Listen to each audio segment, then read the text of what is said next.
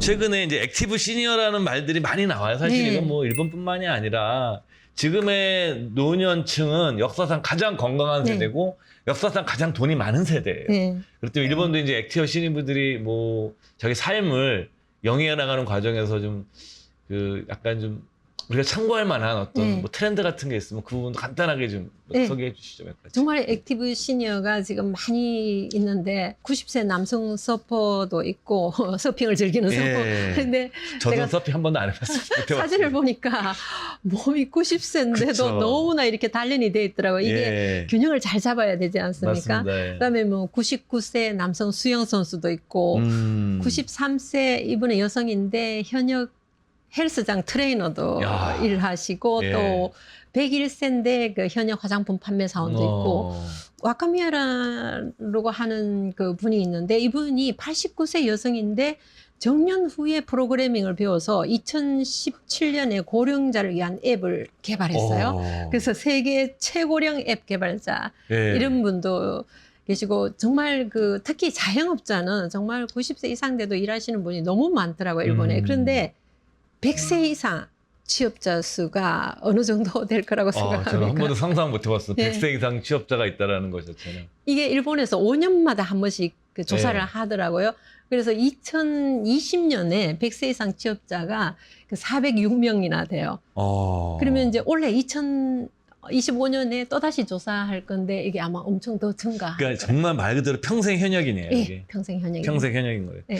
그다음에 제가 얼마 전에 자료를 보니까 일본에서도 가장 중요한 게 노인들의 삶의 쯔가나리라고 그러나요? 네, 어떤 쯔가나리, 예. 연결, 관계 네. 이런 건데 그 하버드 대학교에서 종단 연구라고 그러죠. 네. 그 하버드생 2학년 존 네. F 케네디 대통령도 거기 포함됐었는데 미국에서 이들이 이제 평생 동안 이들의 삶과 자식, 손자 손녀까지도 이제 추적 관찰하는 종단 연구, 유명한 연구가 있는데 하버드 대학교에서 거기서 이제 그 행복한 삶, 좋은 삶의 가장 중요한 잣대로 꼽은 게 바로 인간관계예요. 네, 그렇습니다. 그러니까 일본도 쯔가나리라는 표현이 있는 것처럼 네. 그 노인들이 인간관계를 어떻게 맺어나가느냐를 사실은 잘 아는 게 되게 중요한 것 같아요. 중년 네. 시절부터. 그 부분도 한번 얘기를 해주시죠. 일본도 그 연결, 인간관계를 굉장히 그 중요시하게 생각을 하는데 사실은 우리나라보다 이분들이 조금 성격이 내성적인 분들이 많아요, 일본인들이. 예. 그래서 우리는 잘 모르더라도 전철을 타고 가다가 특히 할머니가 뭐 애기 안고 타고 올라오면 그쵸, 예쁘다 그쵸. 하면 말도 붙이고 이렇게 하는데 예. 일본은 모르는 사람끼리 일체 말을 안 붙이거든요. 예. 그래서 그런 관점에서 본다면 어쩌면 우리나라가 훨씬 더 이렇게 남의 간섭도 많이 하지만 좀 더 인간적이에요. 그래서 좀 나쁘게 얘기하면 오지랖이 예, 맞습니다. 넓다고 얘기를 하죠. 넓습니다. 그죠? 근데 고독사 우리나라 아직 그래도 1년에 3천 명인데 아직까지는 많지는 않죠. 늘고는 예. 있죠, 우리나라도. 일본은 6만 8천 명이에요. 작년에 데이터로. 그래서 일본도 지금 이걸 가장 큰 고민으로 생각을 하고 그 각종 여러 그 NPO 해가지고 비영리 단체 비영리 법인들이죠. 예, 이런 쪽에서 그 고령자하고 젊은 사람하고 또 연결시키는 문제 또 어린이들하고 같이 연결시키는 문제 이런 것도 활동도 많이 하고 있고 고령자들이 이제 예를 들면은 뭐 이번 주말에 뭐 영화를 가고 싶은데 예, 또 혼자 가기는 그렇고 아들이나 딸한테 부탁하기도 그렇고 이래서 잘 못 나간단 말이에요. 예. 그래서 젊은이가 그 회사를 만들었는데 이 사람이 생각한 게 대학생하고 매칭을 시켜주면 좋겠다. 이렇게 해서 젊은 대학생들 어차피 아르바이트에서 돈이 필요한데 그러면 할머니 할아버지들이 외출을 하고 싶고 또 뭐 쇼핑도 가고 싶고 또 예. 병원도 혼자 가긴 좀 그래 이런 분들을 위해서 대학생을 매칭을 시켜줘서 좋네요. 같이 나가서 그러니까 대학생들은 돈을 벌 수 있고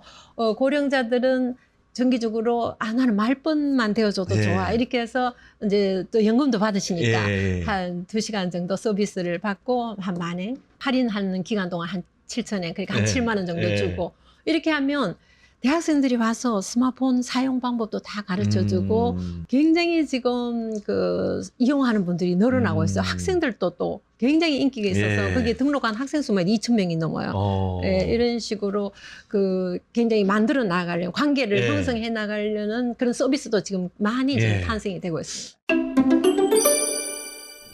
그리고 이제 아무래도 이제 노년 인구가 많아지면 사람들이 이제 어떻게 그 살아가야 되는지 네. 주택은 이 주택의 시장의 변화 같은 것들도 한번 설명을 해주시죠. 예, 작년에 우리나라 정부가 그 시니어 레지던스 활성화 방안을 7월 달에 발표를 예. 했는데 이제 우리나라 시니어 그 레지던스는 양극화되어 있다. 예. 아주 고급 그 실버 타운이 공급되고 있고 그다음에 아주 그 저소득자를 위한 예. 고령자 주택인데 이 중간이 없다. 그래서 예. 이제 규제를 대폭 완화해서 중산층을 위한 그 시니어 레지던스를 공급하겠다고 하는데 이게 정말 어떻게 보면 일본이 굉장히 앞서갔습니다. 그렇죠. 예. 굉장히 그 종류가 많더라고요. 예. 고령자 주택 종류가 14종류나 됩니다. 예. 그다음에 운영 개소도 57,000개소가 있고 또 세대 수도 약 23만 세대인데 근데 일본은 고령자 주택을 다른 말로 하면 노인홈이라고 하는데 여기는 우리나라 실버타운하고 요양병원하고 요양원하고 합친 개념이라고 예. 생각하면 됩니다. 임종까지 다 거기서 보낼 수 있고 예. 실제로 일본에서 아직도 개호를 필요로 하는 고령자가 700만 명 이상이 된다고 해요. 돌봄이 필요한 고령자가. 그래서 일본도 앞으로 시니어 레지던스 계속 건설을 하겠다. 그리고 건설 중인데 이게 일본에는 아까 14종류라고 했는데 사실은 크게 8종류가 있어요. 4종류는 그 공공시설이고 그다음 말하자면은 그 지방자치단체나 사회복지법인이 운영하는 곳이고 그다음에 4종류는 민간시설에서 운영하는 곳인데 아무래도 공공시설이 가격이 쌉니다. 그래서 사람들이 여기에 다 몰리죠. 예. 그러다 보니까 대기 뭐 1년 반 대기를 해야 되니까 사람들이 지쳐서 민간시설로 많이 가는데 이 민간시설도 굉장히 다양합니다. 그러니까 고소득층이 갈 수 있는 시설 아니면 중산층이라도 또 다 다르지 않습니까? 소득이. 그게 자기 소득에 맞춰서 갈 수 있는 시설이 굉장히 다양하더라고요. 일본에는. 치매 환자 들어갈 수 있는 곳도 또 따로 있고 또 요양 등급도 1등급부터 들어갈 수 있는 사람 또 3등급부터 들어갈 수 있는 시설 정말 다양합니다. 그래서 이게 조금 우리보다 좀 앞서갔고 또 하나 특징은 그 일본에서는 지금까지 교육 사업을 하던 쪽에서 아무래도 학생 수가 자꾸 줄어들으니까 예를 들면 뭐 학원 사업을 하던 쪽 이런 쪽에서 이제 전부 방향을 돌렸어요. 고령자 주택으로.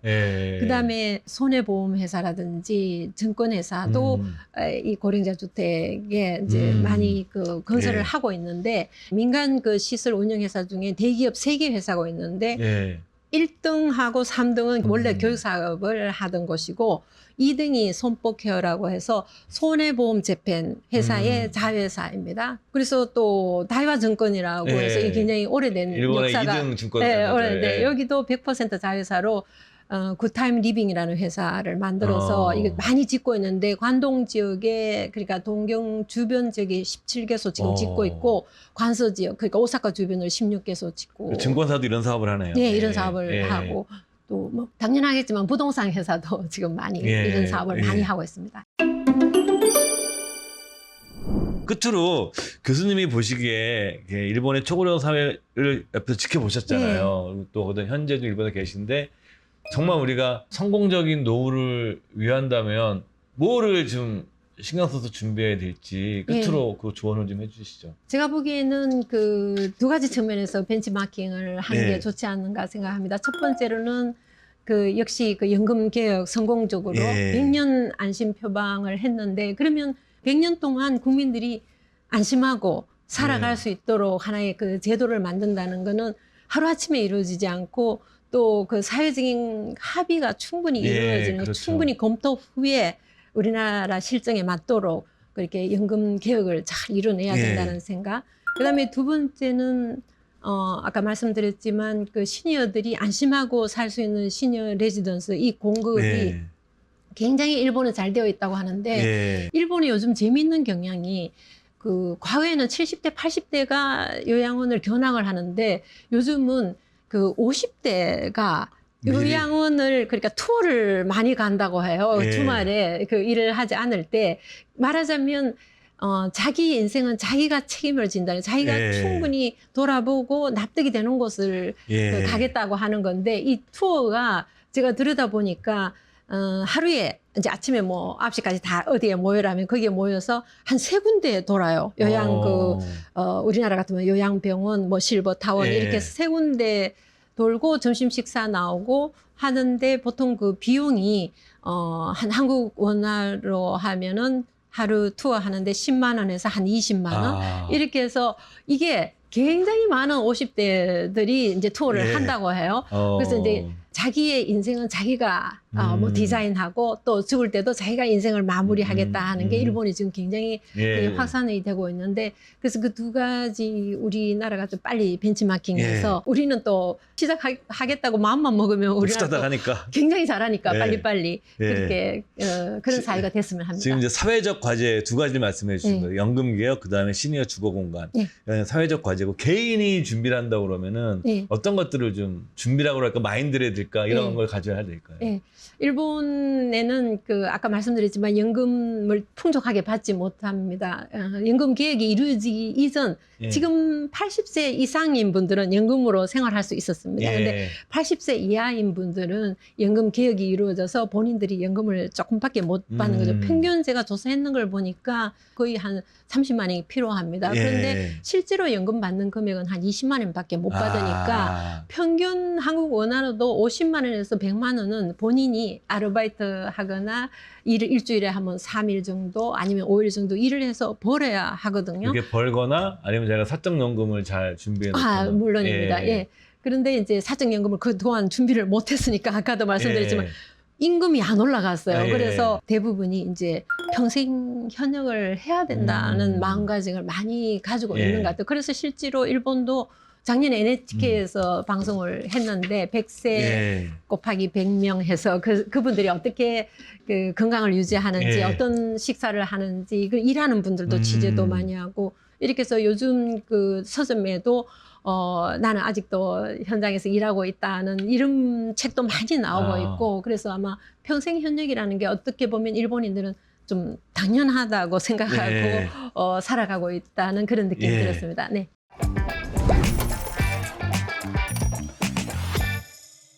지금까지 일본 이바라키 그리스도교 대학 경영학부의 신미야 교수님을 모시고 그 일본의 초고령 사회 이후의 풍경에 대해서 한번 들어보고 거기서 우리가 엿볼 수 있는 어떤 삶의 태도라든가 마인드 그리고 혹은 현재 실버 비즈니스와 하는 얘기들을 좀 종합적으로 들어봤습니다. 여러분들께서 많은 도움이 되셨길 바라고요. 여러분들 건강하시고 새해 복 많이 받으십시오. 감사합니다. 감사합니다.